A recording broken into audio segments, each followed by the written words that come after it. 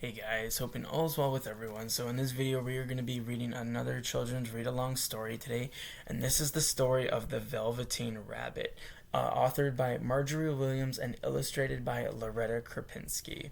Now this story does have several additions or versions to it, but I'm going to read you the prologue real quick before we jump into the story. The Velveteen Rabbit has warmed the hearts of generations of readers. In this charming edition, Margery Williams' classic story has been adapted so that it can be read aloud to younger listeners. Featuring Loretta Krupinski's glowing illustrations, this magical offering is for everyone who believes in the transforming power of love. And so without further ado, we'll go ahead and jump into the story. The Velveteen Rabbit, or How Toys Become Real. Margery Williams, illustrated by Loretta Krupinski. There once was a Velveteen Rabbit, and in the beginning he was really splendid. He was fat and bunchy, as a rabbit should be. This coat was spotted brown and white. He had real thread whiskers, and his ears were lined with pink sateen. On Christmas morning, when he sat wedged in the top of the boy's stocking, with a sprig of holly between his paws, the effect was charming. There were other things in the stocking. Nuts and oranges and a toy engine and chocolate almonds and a clockwork mouse. But the rabbit was quite the best of all. For at least 2 hours the boy loved him. And then aunts and uncles came to dinner, and there was great rustling of parcels, and in the excitement of looking at all the new presents, the Velveteen Rabbit was forgotten.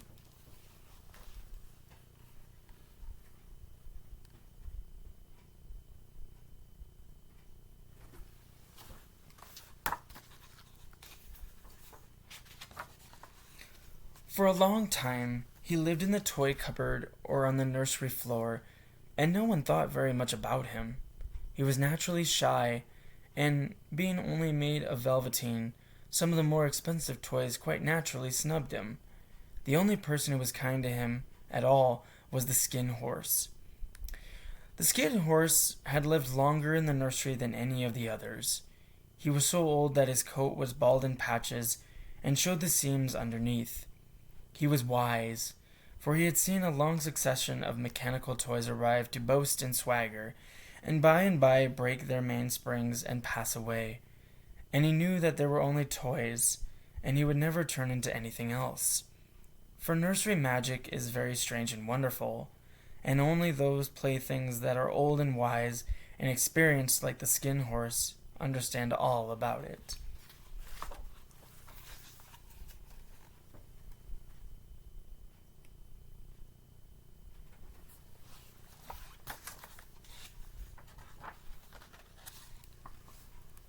"What is real?" asked the rabbit one day. "Real isn't how you are made," said the skin horse. "It's a thing that happens to you. When a child loves you for a long, long time, not just to play with, but really loves you, then you become real." "Does it hurt?" asked the rabbit. "Sometimes," said the skin horse, for he was always truthful. "When you are real, you don't mind being hurt." "Does it happen all at once, or bit by bit?" "It doesn't happen all at once," said the skin horse. "You become. It takes a long time. That's why it doesn't often happen to people who break easily, or have sharp edges, or who have been carefully kept.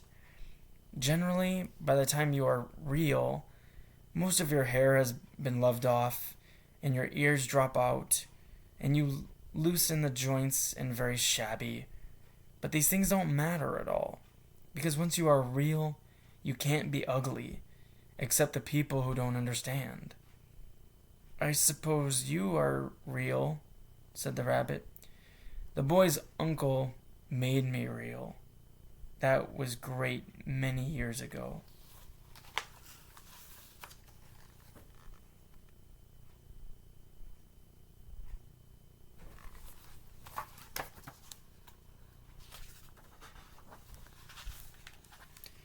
The rabbit sighed. He thought it would be a long time before this magic called real happened to him. He longed to become real, to know what it felt like. There was one person called Nana who ruled the nursery.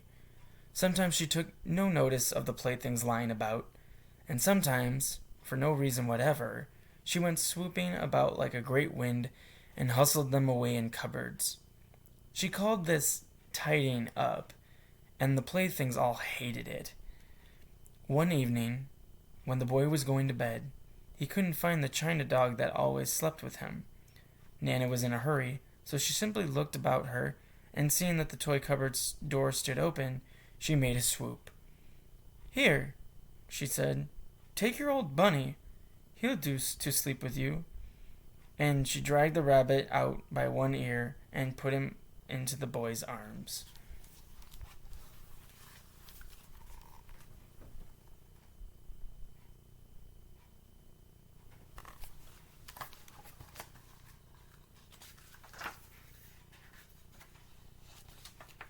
That night, and for many nights after, the Velveteen slept in the boy's bed. At first, he found it rather uncomfortable, for the boy hugged him very tight, and sometimes he pushed him so far under the pillow that the rabbit could scarcely breathe. But very soon he grew to like it, for the boy used to talk to him and made nice tunnels for him under the bedcloths that he said were like the burrows that real rabbits lived in. And when the boy dropped off to sleep, the rabbit could snuggle down close under his little warm chin and dream, with the boy's hands clasped close around him all night long. And so time went on, and the little rabbit was very happy, so happy that he never noticed how this beautiful velveteen fur was getting shabbier and shabbier, and his tail was coming unsewn, and all the pink had rubbed off his nose where the boy had kissed him.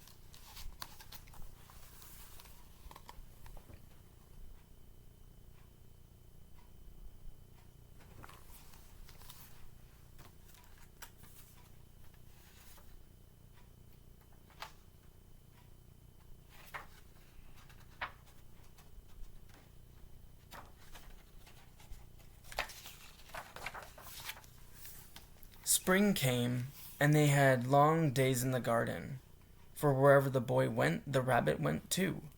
He had rides in the wheelbarrow and picnics on the grass, and lovely fairy huts built for him under the raspberry canes. Once, the rabbit was left out on the lawn until long after dusk, and Nana had to come and look for him because the boy couldn't go to sleep unless he was there.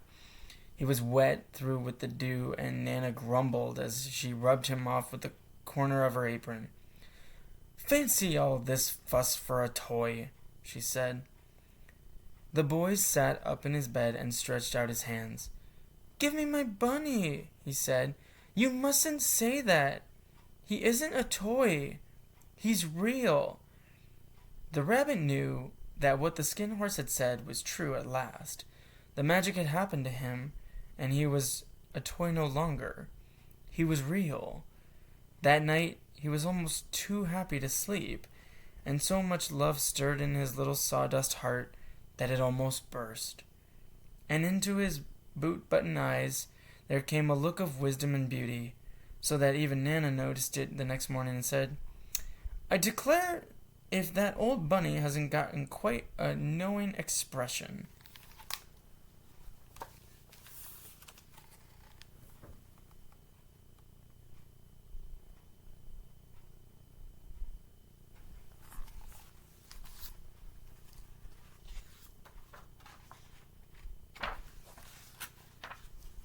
Near the house where they lived there was a wood, and in the long June evenings the boy liked to go there after tea to play.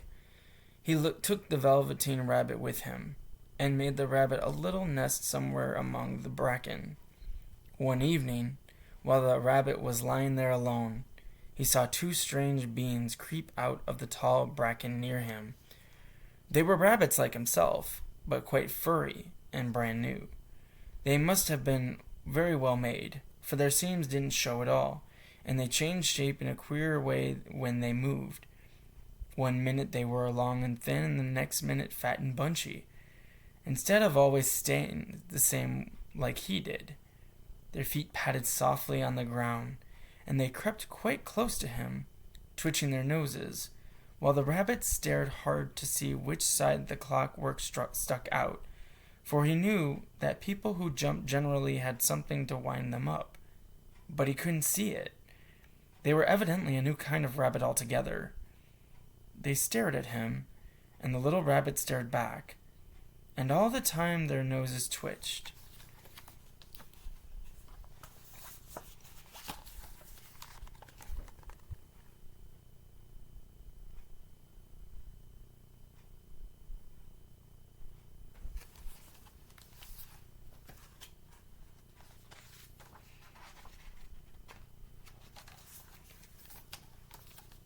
"Why don't you get up and play with us?"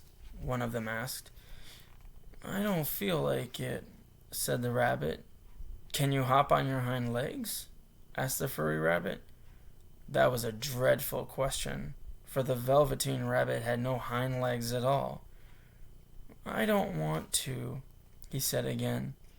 But wild rabbits have very sharp eyes, and this one stretched out his neck and looked. "He hasn't gotten any hind legs," he called out.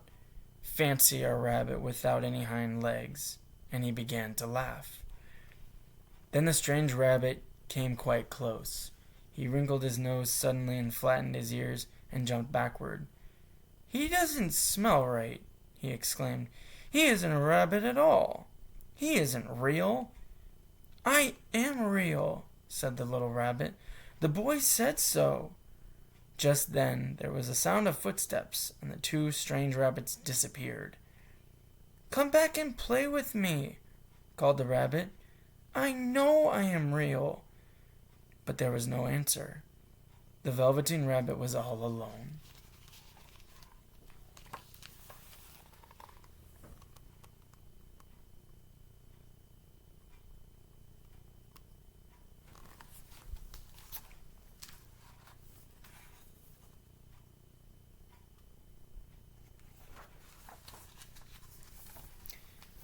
Weeks passed, and the little rabbit grew very old and shabby, but the boy loved him just as much. He loved him so hard that he loved almost all of his whiskers off, and the pink lining of his ears turned gray, and his spots faded. To the boy he was always beautiful, and that was all the little rabbit cared about. And then, one day, the boy was ill. His face grew very flushed, and he talked in his sleep, and his little body was so hot that it burned the rabbit when he held him close. Strange people came and went in the nursery, and a light burned all night, and though it all the little Velveteen rabbit lay there, hidden from sight under the bedclothes, and he never stirred, for he was afraid that if he found him with someone might take him away, and he knew that the boy needed him. It was a long, weary time, for the boy was too ill to play, but the rabbit snuggled down patiently and looked forward to the time when the boy should be well again.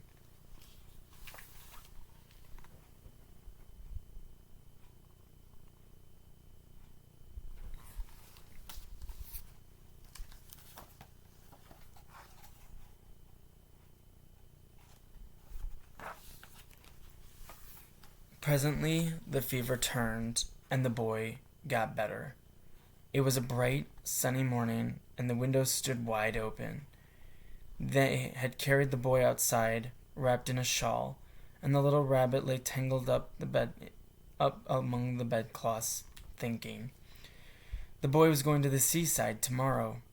Everything was arranged, and now it only remained to carry out the doctor's orders. They talked about it all, while the rabbit lay underneath the bedclothes, with just his head peeping out, and listened. The room was to be disinfected, and all the books and toys that the boy had played with in bed must be burnt. Just then Nana caught sight of him. "How about this old bunny?" she asked. "That?" said the doctor. "Why, it's a mass of scarlet fever germs. Burn it at once." What nonsense! Get him a new one. He mustn't have that any more.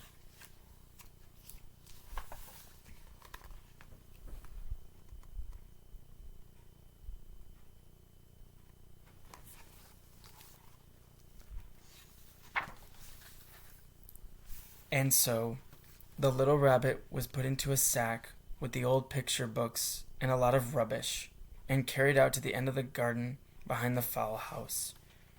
That was a fine place to make a bonfire, only the gardener was too busy just then to attend it. That night, the boy slept in a different bedroom, and he had a new bunny to sleep with him. It was a splendid bunny, all white plush with real glass eyes, but the boy was too excited to care very much about it, for tomorrow he was going to the seaside, and that in itself was such a wonderful thing that he could think of nothing else.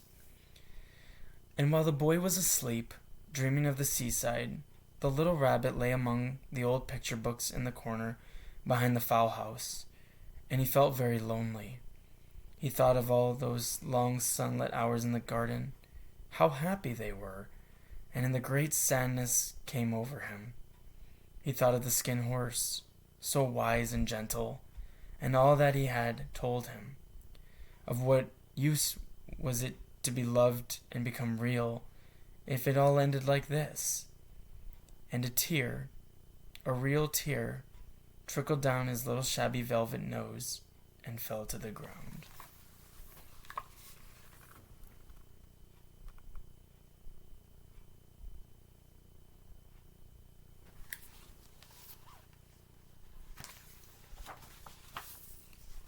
And then a strange thing happened, for where the tear had fallen, a flower grew out of the ground, a mysterious flower, not at all like any that grew in the garden.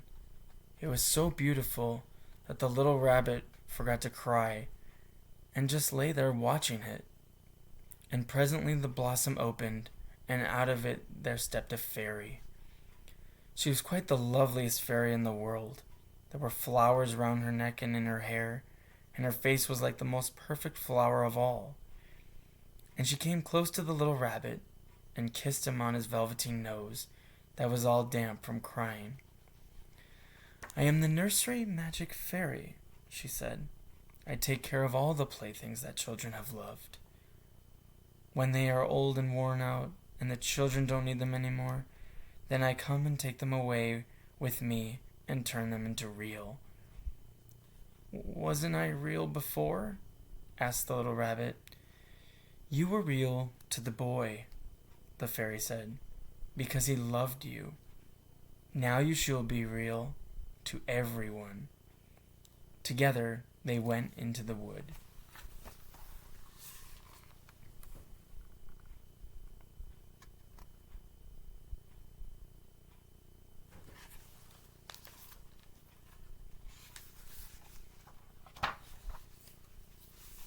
In an open glade in the woods, the wild rabbits danced with their shadows on the velvet grass. But when they saw the fairy, they all stopped dancing and stood round in a ring to stare at her. "I've brought you a new playfellow," the fairy said, and she kissed the little rabbit again and put him down on the grass. "Run and play, little rabbit," she said. But the little rabbit sat quite still, for when he saw all the wild rabbits dancing around him, he suddenly remembered about his hind legs. He did not know that when the fairy kissed him, that last time she had changed him altogether, and he might have sat there a long time, too shy to move, if just then something hadn't tickled his nose, and before he thought that he was doing what he was doing, he lifted his hind toe to scratch it, and he found that he actually had hind legs. Instead of dingy velveteen, he had brown fur, soft and shiny, and his whiskers were so long that they brushed the grass. He gave one leap, and the joy of using those hind legs was so great that he went springing about the turf on them, jumping sideways and whirling around as the others did. He was a real rabbit at last.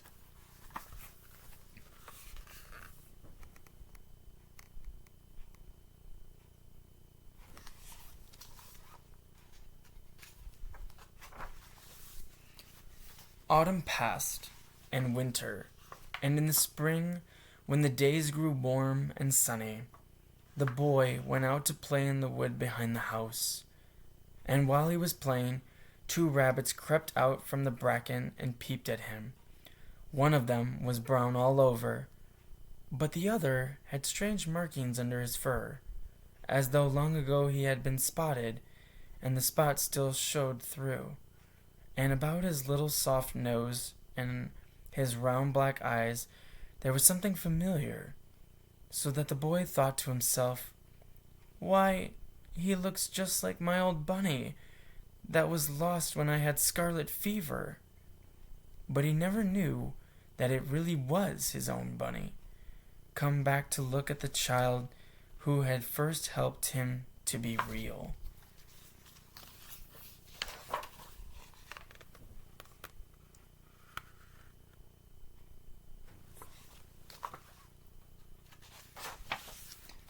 And that is the story of the Velveteen Rabbit.